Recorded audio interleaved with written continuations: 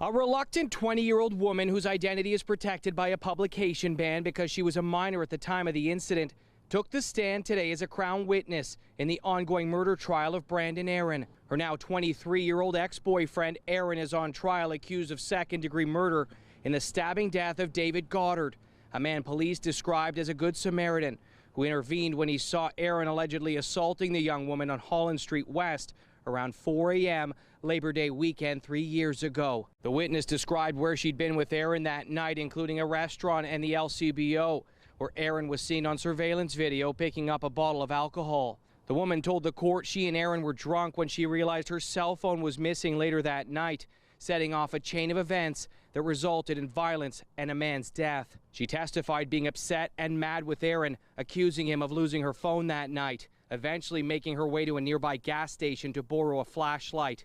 The young woman said she became increasingly frustrated with Aaron, whom she said was slurring his words and stumbling around, asking her repeatedly to abandon the search for her phone. She said after Aaron moved her out of the road where she sat defiantly, she hit Aaron with a swinging flashlight. The witness said she couldn't remember how or why she wasn't holding the flashlight after that, or how it ended up on the ground.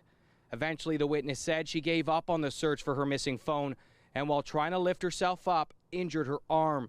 Visibly upset and crying, it's at that point the woman said she saw a stranger out of the corner of her eye.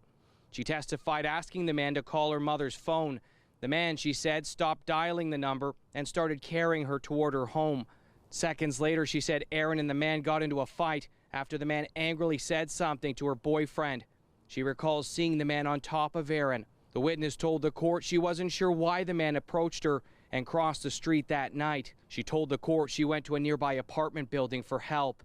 "I was crying, I was upset, I was in pain, I was cold. I was not thinking of anything other than getting help for my arm," she said.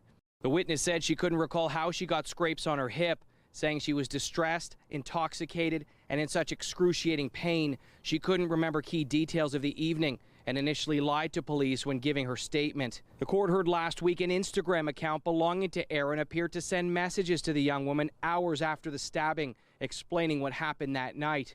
The witness's mother testified she discovered the messages on her phone and sent them to police. Now midway through this 6-week jury trial, the proceedings are scheduled to continue tomorrow. Mike Arsledy, CTV News, Barrie.